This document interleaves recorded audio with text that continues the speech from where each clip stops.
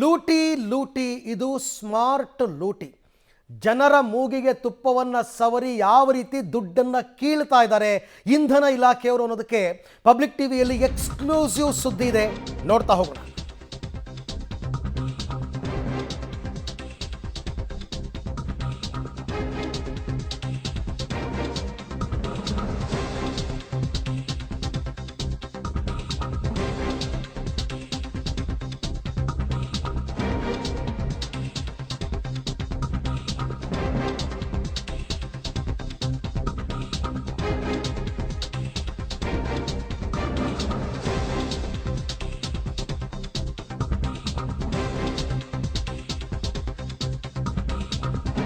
ಎಲ್ಲೆಲ್ಲಿ ಸಾಧ್ಯನೋ ಎಲ್ಲ ಕಡೆ ಲೂಟಿ ಹೊಡೆಯುವ ಕೆಲಸಕ್ಕೆ ಮುಂದಾಗಿದೆಯಾ ಸರ್ಕಾರ.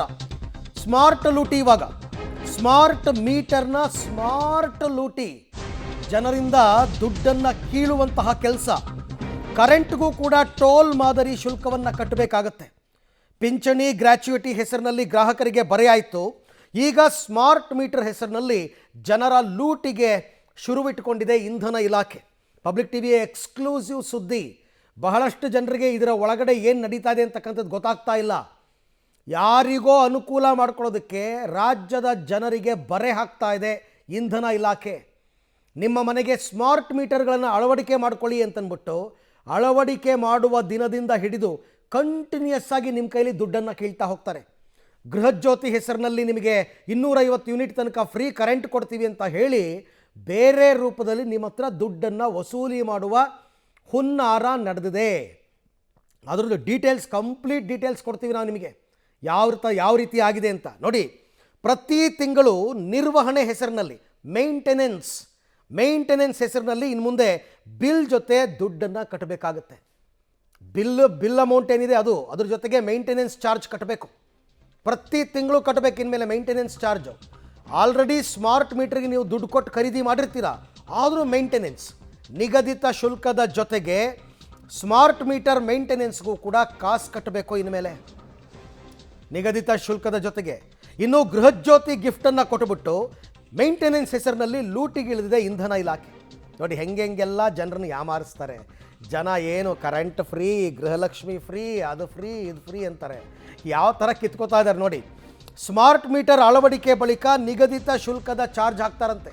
ಪ್ರತಿ ತಿಂಗಳು ಗ್ರಾಹಕ 75 ರೂಪಾಯಿಂದ 118 ರೂಪಾಯಿ ತನಕ ಇನ್ಮೇಲೆ ಎಕ್ಸ್ಟ್ರಾ ಕಟ್ಟಬೇಕು. ಎಷ್ಟೋ ಜನರು ಹಳ್ಳಿಗಳಲ್ಲಿ, ಎಷ್ಟೋ ಜನರ ಮನೆಗೆ ಇಷ್ಟು ಕರೆಂಟ್ ಬಿಲ್ಲೇ ಬರಲ್ಲ. ಮೇಂಟೆನೆನ್ಸ್ ಚಾರ್ಜ್ 118 ರೂಪಾಯಿ ಕಟ್ಟಬೇಕು ಇನ್ಮೇಲೆ.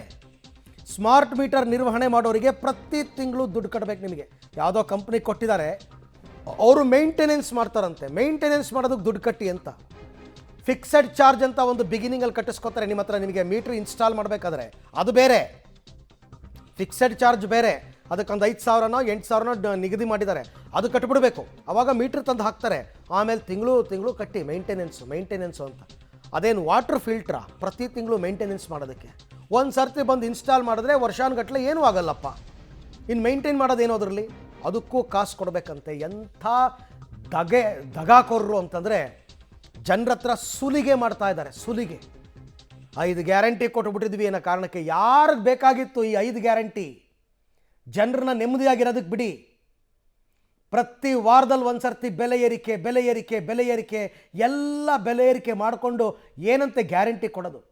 ಅಲ್ಲಿ 2,000 ಕೊಡ್ತಾರೆ, ಇಲ್ಲಿ 4,000 ಕಿತ್ಕೋತಾರೆ. ಅಲ್ಲಿ 250 ಯೂನಿಟ್ ಕರೆಂಟ್ ಕೊಡ್ತಾರೆ, ಇಲ್ಲಿ ಮೇಂಟೆನೆನ್ಸ್ ಕಾಸು ಕಿತ್ಕೋತಾರೆ. ಜನರಿಗೆ ಅರ್ಥನೇ ಆಗ್ತಾ ಇಲ್ವ ಇವೆಲ್ಲ ಅಂತ? ಜನರಿಗೆ ಇದೆಲ್ಲ ಅರ್ಥನೇ ಆಗ್ತಾ ಇಲ್ಲ. ಎಷ್ಟು ಸ್ಮಾರ್ಟಾಗಿ ತಲೆ ಸವರಿ ಜನರ ಹತ್ರ ದುಡ್ಡು ಕಿತ್ಕೋತಾ ಇದೆ ಇಂಧನ ಇಲಾಖೆ. KJ ಜಾರ್ಜ್ ಅವರು ಸದನದಲ್ಲಿ ಇದನ್ನು ಪ್ರಶ್ನೆ ಮಾಡುವ ಸಂದರ್ಭದಲ್ಲಿ ಇರಲೇ ಇಲ್ಲ ಇಂಧನ ಸಚಿವರು, ಉತ್ತರನೇ ಕೊಟ್ಟಿಲ್ಲ ಅವರು.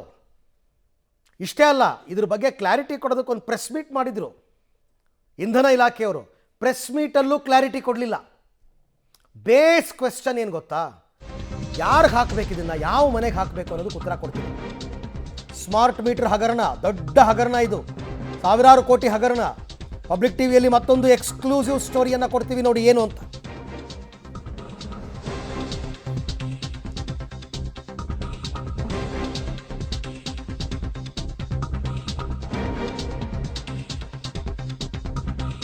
ನೋಡಿ, ಈ ಹಗರಣ ಎಲ್ಲಿ ಮೂಲ ಹೇಳ್ತೀವಿ ನೋಡಿ, ಮೂಲ ಯಾರು ಕೊಟ್ಟಿದ್ದಾರೆ ಈ ಸ್ಮಾರ್ಟ್ ಮೀಟರ್ ಮೇಂಟೆನೆನ್ಸ್ ಅಂದರೆ ಬ್ಲ್ಯಾಕ್ ಲಿಸ್ಟ್ಗೆ ಸೇರಿರ್ತಕ್ಕಂಥ ಕಂಪ್ನಿಗೆ ನಮ್ಮ ರಾಜ್ಯದಲ್ಲಿ ರೆಡ್ ಕಾರ್ಪೆಟ್ ಹಾಕಿ ಕರ್ಕೊಂಡ್ಬಂದಿದ್ದಾರೆ. ಬ್ಲ್ಯಾಕ್ ಲಿಸ್ಟ್ ಆಗಿರುವ ಕಂಪನಿಗೆ ಸ್ಮಾರ್ಟ್ ಮೀಟರ್ ಸಾಫ್ಟ್ವೇರ್, ಉತ್ತರ ಪ್ರದೇಶದಲ್ಲಿ ಈ ಕಂಪನಿ ಬ್ಲ್ಯಾಕ್ ಲಿಸ್ಟ್ಗೆ ಸೇರಿದೆ. ಆದರೆ ಈ ಕಂಪನಿಯ ವ್ಯವಹಾರಗಳು ಸರಿಯಿಲ್ಲ, ಈ ಕಂಪನಿಗೆ ಇನ್ಮೇಲೆ ಗುತ್ತಿಗೆ ಕೊಡಬಾರ್ದು ಅಂತ ಬ್ಲ್ಯಾಕ್ ಲಿಸ್ಟ್ಗೆ ಸೇರಿಸಿದ್ದಾರೆ.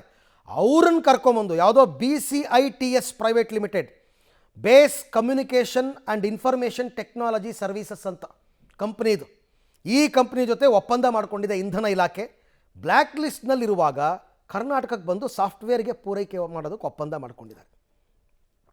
ಈ ಎಲ್ಲ ವಿಚಾರಕ್ಕೆ ಸಂಬಂಧಪಟ್ಟಂತೆ ಮತ್ತಷ್ಟು ಮಾಹಿತಿ ನನ್ನ ಕೊಲೀಗ್ ಪವಿತ್ರ ಅವರಿಂದ ಪಡ್ಕೊಳ್ಳೋಣ. ಪವಿತ್ರ, ಮೊದಲನೇದಾಗಿ ಫಿಕ್ಸೆಡ್ ಚಾರ್ಜ್ ಅಂತ ಜನರಿಂದ ತಗೊಂಡ ಮೇಲೆ ತಿಂಗಳು ಮೇಂಟೆನೆನ್ಸ್ ಮಾಡೋದಕ್ಕೆ ಏನಿದೆ ಈ ಮೀಟರ್ನಲ್ಲಿ, ಯಾಕೆ ಕಟ್ಟಬೇಕು ಅಂತ ಒಂದು ಪ್ರಶ್ನೆ. ಎರಡನೇದು, ಉತ್ತರ ಪ್ರದೇಶದಲ್ಲಿ ಬ್ಲ್ಯಾಕ್ ಲಿಸ್ಟ್ ಆಗಿರ್ತಕ್ಕಂಥ ಕಂಪ್ನಿನ ಕರ್ಕೊಂಡು ಬಂದು ಇಲ್ಲಿ ಕಾಂಟ್ರಾಕ್ಟ್ ಕೊಡ್ತಾ ಇದ್ದಾರೆ, ಕೋಟ್ಯಾಂತರ ರೂಪಾಯಿ ವ್ಯವಹಾರ ನಡೆಸ್ತಾ ಇದ್ದಾರೆ ಅಂದರೆ ಆ ಕಂಪನಿಯ ಓನರ್ ಯಾರು? ಅವ್ರು ಯಾರಾದರೂ ಇಂಧನ ಇಲಾಖೆಗೆ ಸಂಬಂಧಪಟ್ಟವರ? ಅವ್ರಿಗೆ ಅನುಕೂಲ ಮಾಡಿಕೊಡೋದಕ್ಕೆ ಇವೆಲ್ಲ ನಡೀತಾ ಇದೆಯಾ? ಇಂಧನ ಇಲಾಖೆಯಲ್ಲಿ ಏನು ಭ್ರಷ್ಟಾಚಾರ ಇದು ಅಂತ? ಅರವಿಂದ್, ಈಗ ಅದೇ ಪ್ರಶ್ನೆ, ಟೋಲ್ ಹೇಗೆ ಕಲೆಕ್ಟ್ ಮಾಡ್ತಾರೋ ವೆಹಿಕಲ್ ಪಾಸ್ ಆದಂಗೆ, ಅದೇ ರೀತಿ ಇವರು ತಿಂಗಳು ನಾವು ಸ್ಮಾರ್ಟ್ ಮೀಟರ್ ಅನ್ನು ಅಳವಡಿಕೆ ಮಾಡಿದ್ರೆ ನಿರ್ವಹಣೆಯ ಹೆಸರಿನಲ್ಲಿ ಅದು 70 ರೂಪಾಯಿಂದ 110 ರೂಪಾಯಿವರೆಗೆ ಚಾರ್ಜ್ ಮಾಡ್ತಾರೆ. ಅಂದರೆ ಈಗ ಆಲ್ರೆಡಿ ನಿಗದಿತ ಶುಲ್ಕ ಅಂತ ಚಾರ್ಜ್ ಮಾಡ್ತಾರೆ, ಅದರ ಜೊತೆಗೆ ತೆರಿಗೆಗಳು ಅಂತ ಅದಕ್ಕೊಂದಿಷ್ಟು ಬಿಲ್ಗಳು ಬರುತ್ತವೆ. ಸೊ ಎಕ್ಸ್ಟ್ರಾ ಯೂನಿಟ್ಗಳಾದರೆ ಅದಕ್ಕೆ ಈಗ ಗೃಹಜ್ಯೋತಿ ಅಂತ ಹೇಳ್ತಾರೆ, ಆದರೆ ಬಿಲ್ಗಳು ಕೂಡ ಆಲ್ಮೋಸ್ಟ್ ತುಂಬ ಜನರಿಗೆ ಬರ್ತಾ ಇದೆ, ಎಕ್ಸ್ಟ್ರಾ ಯೂನಿಟ್ ಬಳಕೆ ಮಾಡಿದ್ದೀರಾ ಅಂತ. ಅದರ ಜೊತೆಗೆ ಈಗ ನಿರ್ವಹಣೆಯ ಹೆಸರಿನಲ್ಲಿ ಇವರು ಇಷ್ಟೊಂದು ದುಡ್ಡನ್ನ ಕಲೆಕ್ಟ್ ಮಾಡ್ತಾ ಇದ್ದಾರೆ ಅಂದ್ರೆ ಬೇರೆ ರಾಜ್ಯದಲ್ಲೂ ಕೂಡ ಈಗ ಕೇಂದ್ರ ಸರ್ಕಾರದ ಸೂಚನೆಯ ಮೇರೆಗೆ ಸ್ಮಾರ್ಟ್ ಮೀಟರ್ ಅನ್ನ ಅಳವಡಿಕೆ ಮಾಡ್ತಾ ಇದ್ದಾರೆ. ಅಲ್ಲಿ ಸ್ಮಾರ್ಟ್ ಮೀಟರ್ ದರವೂ ಕೂಡ ಕಡಿಮೆ ಇದೆ. ಇವರು ಆಲ್ಮೋಸ್ಟ್ ಈಗ 3 ಫೇಸ್ಗೆ 8,880 ರೂಪಾಯಿ ಫಿಕ್ಸ್ ಮಾಡಿದ್ದಾರೆ, ಸಿಂಗಲ್ ಫೇಸ್ಗೆ 5,000 ರೂಪಾಯಿ ಫಿಕ್ಸ್ ಮಾಡಿದ್ದಾರೆ. ಅದೇ ಬೇರೆ ರಾಜ್ಯದಲ್ಲಿ ತೆಗೆದುಕೊಂಡ್ರೆ 2,500 3,000 ಇದೆ. ನಿರ್ವಹಣೆಯ ಕಾಸು ಕೂಡ ಅಲ್ಲಿನ ರಾಜ್ಯಗಳು ಜನರ ಮೇಲೆ ಹಾಕಿಲ್ಲ, ಸಬ್ಸಿಡಿ ಸಿಗ್ತಾ ಇದೆ ಅಲ್ಗೂ ಕೂಡ. ಆದ್ರೆ ಇವ್ರೇನ್ ಮಾಡ್ತಾ ಇದ್ದಾರೆ ಅಂದ್ರೆ ಎಲ್ಲವೂ ಕೂಡ ಗ್ರಾಹಕರ ತಲೆಗೆ ಕಟ್ತಾ ಇದ್ದಾರೆ. ಕೇಳಿದ್ರೆ ನಾವು ಕೇವಲ ಹೊಸ ಮನೆಗಳಿಗೆ ಅಷ್ಟೇ ಇದನ್ನ ಮೀಸಲು ಮಾಡಿರ್ತೀವಿ, ಬಲ್ಕ್ ಆಗಿ ಖರೀದಿ ಮಾಡಿಲ್ಲ, ಹಾಗಾಗಿ ಇದರ ಖರ್ಚು ವೆಚ್ಚವೂ ಕೂಡ ಹೆಚ್ಚಾಗಿ ಬರ್ತಾ ಇದೆ ಅಂತ ಹೇಳ್ತಾ ಇದ್ದಾರೆ. ಆದ್ರೆ ಸೀಮಿತ ಸಂಖ್ಯೆಯಲ್ಲಾದ್ರೂ ಜನ ಅದನ್ನ ಕಟ್ಟಬೇಕಾಗಿದೆ. ಈಗ ಆರಂಭಿಕ ಹಂತದಲ್ಲಿ ಅರವಿಂದ್ ಅವರು ಹೇಳ್ದಂಗೆ ಹೊಸ ಮನೆಗಳಿಗೆ ಅಂತ ಹೇಳ್ತಾರೆ, ತಾತ್ಕಾಲಿಕವಾಗಿ ವಿದ್ಯುತ್ ಸಂಪರ್ಕ ಅಂತ ಹೇಳ್ತಾ ಇದ್ದಾರೆ. ಆದ್ರೆ ಇವರ ಉದ್ದೇಶ ಇರುವಂತದ್ದು ಅದನ್ನ ವ್ಯವಸ್ಥಿತವಾಗಿ ಎಲ್ಲರಿಗೂ ಕೂಡ ನಿಧಾನವಾಗಿ ಕಡ್ಡಾಯ ಮಾಡ್ತಾರೆ. ಈಗ ಕೆಲವೇ ದಿನಗಳಲ್ಲಿ ಗ್ರಾಮೀಣ ಭಾಗಕ್ಕೂ ಕೂಡ ಅದನ್ನ ಕಡ್ಡಾಯವನ್ನ ಮಾಡ್ತಾರೆ. ಇನ್ನೊಂದು ಕಡೆಗೆ ಯಾರಿಗೆ ಟೆಂಡರ್ ಕೊಟ್ಟಿದ್ದಾರೆ ಅಂದ್ರೆ ಈಗಾಗಲೇ UPಯಲ್ಲಿ ಅಲ್ಲಿನ ಸರ್ಕಾರಕ್ಕೆ ಕೋಟಿ ರೂಪಾಯಿ ನಷ್ಟ ಮಾಡಿರುವಂತಹ ಒಂದು ಕಂಪನಿಗೆ, ಬ್ಲ್ಯಾಕ್ ಲಿಸ್ಟ್ಗೆ ಸೇರಿರುವಂತಹ ಕಂಪನಿಗೆ ಸಾಫ್ಟ್ವೇರ್ ಅನ್ನ ಡೆವಲಪ್ ಮಾಡೋದಕ್ಕೆ ಜಾಯಿಂಟ್ ವೆಂಚರ್ ಅನ್ನ ಗುತ್ತಿಗೆ ತೆಗೆದುಕೊಂಡಂತಹ ಕಂಪನಿ ಮಾಡ್ತಾ ಇದ್ದಾರೆ. ಹಾಗಿದ್ರೆ ಸರ್ಕಾರಕ್ಕೆ ಇದು ಗೊತ್ತಿಲ್ವಾ? ಬ್ಲ್ಯಾಕ್ ಲಿಸ್ಟ್ ಆಗಿ ಅಲ್ಲಿನ ಸರ್ಕಾರವೇ ಮಾಡಿರುವಂತದ್ದು, ಅಲ್ಲಿನ ಸರ್ಕಾರಕ್ಕೆ ನಷ್ಟ ಮಾಡಿರುವಂತಹ ಅದೇ ಕಂಪನಿಗೆ ಇವರು ಮತ್ತೆ ರೆಡ್ ಕಾರ್ಪೆಟ್ ಅನ್ನ ಹಾಕ್ತಾರೆ ಅಂದ್ರೆ ಇದರ ಹಿಂದೆ ಇರುವಂತಹ ಅಧಿಕಾರಿಗಳು ಯಾರು ಅನ್ನುವಂತಹ ಪ್ರಶ್ನೆ. ಒಂದು ಕಡೆಯಿಂದ ಜನರಿಂದ ಲೂಟಿ, ಇನ್ನೊಂದು ಕಡೆಗೆ ಇಷ್ಟು ದುಡ್ಡು ಏನಿದೆ ಅದೇನು ಸರ್ಕಾರದ ಬೊಕ್ಕಸಕ್ಕೆ ಹೋಗೋದಿಲ್ಲ, ಬದಲಾಗಿ ಎಲ್ಲವೂ ಕೂಡ ಗುತ್ತಿಗೆದಾರರಿಗೆ ಹೋಗುತ್ತೆ. ಸೊ ಇಷ್ಟೊಂದು ಪ್ರಮಾಣದಲ್ಲಿ ಲಾಭ ಮಾಡಿರುವಂತಹ ಉದ್ದೇಶ ಏನು ಅನ್ನುವಂಥದ್ದೇ ಪ್ರಶ್ನೆ. ಒಂದು ಸ್ಮಾರ್ಟ್ ಮೀಟರ್ಗೆ ಈ ಹಿಂದೆ ಇರುವಂಥದ್ದು ಕೇವಲ 900 ರೂಪಾಯಿ ಇತ್ತು ಆರಂಭಿಕ ಹಂತದಲ್ಲಿ. ಆದರೆ ಈಗ 4 ಪಟ್ಟು 5 ಪಟ್ಟು ದರ ಏರಿಕೆ ಮಾಡ್ತಾರೆ ಅಂದ್ರೆ ಜನ ಹೇಗೆ ಇದನ್ನ ಕಟ್ಟಬೇಕು? ಹಾಗಿದ್ರೆ ಗೃಹ ಜ್ಯೋತಿ ಅನ್ನುವಂಥದ್ದೇ ಸುಳ್ಳ? ಇನ್ನೊಂದಿದೆ ಅರವಿಂದ್, ಈಗ ಈ ಸ್ಮಾರ್ಟ್ ಮೀಟರ್ ಅನ್ನ ಜಾರಿಗೆ ತಂದ್ರೆ ಗೃಹ ಜ್ಯೋತಿನ ಹೇಗೆ ಅನ್ವಯ ಮಾಡ್ತಾರೆ? ಯಾಕಂದ್ರೆ ಈ ಸ್ಮಾರ್ಟ್ ಮೀಟರ್ಗೆ ಮುಂಚಿತವಾಗಿ ರೀಚಾರ್ಜ್ ಅನ್ನ ಮಾಡಬೇಕು. ಆ ರೀಚಾರ್ಜ್ ಮಾಡಿದ್ರಷ್ಟೇ ಪವರ್ ಸಿಗುತ್ತೆ, ಇಲ್ಲದೆ ಇದ್ರೆ ಅಧಿಕಾರಿಗಳು ಕಚೇರಿಯಲ್ಲಿ ಕೂತೆ ವಿದ್ಯುತ್ ಸಂಪರ್ಕವನ್ನ ಕಡಿತ ಮಾಡ್ತಾರೆ. ಹಾಗಾಗಿ ಗೃಹ ಜ್ಯೋತಿ ಏನಿದೆ ಅದು ಅನ್ವಯ ಮಾಡೋದಕ್ಕೆ ಸಾಧ್ಯವೇ ಇಲ್ಲ. ಸೊ ಹಾಗಿದ್ರೆ ಗೃಹ ಜ್ಯೋತಿಯನ್ನ ತೆಗೆಯೋದಕ್ಕೆ ಈ ರೀತಿ ಮಾಡ್ತಾ ಇದ್ದಾರೆ. ಈ ರೀತಿಯ ಪ್ರಶ್ನೆಗಳು ಇದರಲ್ಲಿ ಮೂಡ್ತಾ ಇದೆ. ರೈಟ್, ಥ್ಯಾಂಕ್ ಯು ಪವಿತ್ರ ತಮ್ಮ ಎಲ್ಲ ಮಾಹಿತಿಗಾಗಿ. ಇದು ಸತ್ಯ, ಅರ್ಥ ಮಾಡ್ಕೊಳ್ಳಿ. ಗೃಹ ಜ್ಯೋತಿಯನ್ನು ನಿಧಾನವಾಗಿ ತೆಗಿತಾ ಹೋಗಬೇಕು. ಅದಕ್ಕೆ ಈಗ ಈ ಸ್ಮಾರ್ಟ್ ಮೀಟರ್ ಅಳವಡಿಕೆ ಅಂತಕ್ಕಂಥ ಅಸ್ತ್ರವನ್ನು ಇಂಧನ ಇಲಾಖೆಯವರು ಬಳಸ್ತಾ ಇದ್ದಾರೆ. ರಿಮೆಂಬರ್, ಗೃಹ ಜ್ಯೋತಿ ಹಣ ಏನು 250 ತನಕ ನಿಮಗೆ ಯೂನಿಟ್ ತನಕ ಫ್ರೀ ಇದೆ, ಅದು ಹೋಗುತ್ತೆ ಇನ್ನು ಮುಂದಕ್ಕೆ. ಇನ್ನು ರಾಜ್ಯಾದ್ಯಂತ ಪಬ್ಲಿಕ್ ಟಿವಿ ವರದಿಯ ಸಂಚಲನ, ಈ ಸ್ಮಾರ್ಟ್ ಮೀಟರ್ನ ದಂಧೆ ಏನು ನಡೀತಾ ಇದೆ ಇದು ಪಬ್ಲಿಕ್ ಟಿವಿ ವರದಿಗೆ ಈಗ ಮಾಜಿ DCM ಅಶ್ವಥ್ ನಾರಾಯಣ್ ಕೂಡ ಪ್ರತಿಕ್ರಿಯೆ ಕೊಟ್ಟಿದ್ದಾರೆ.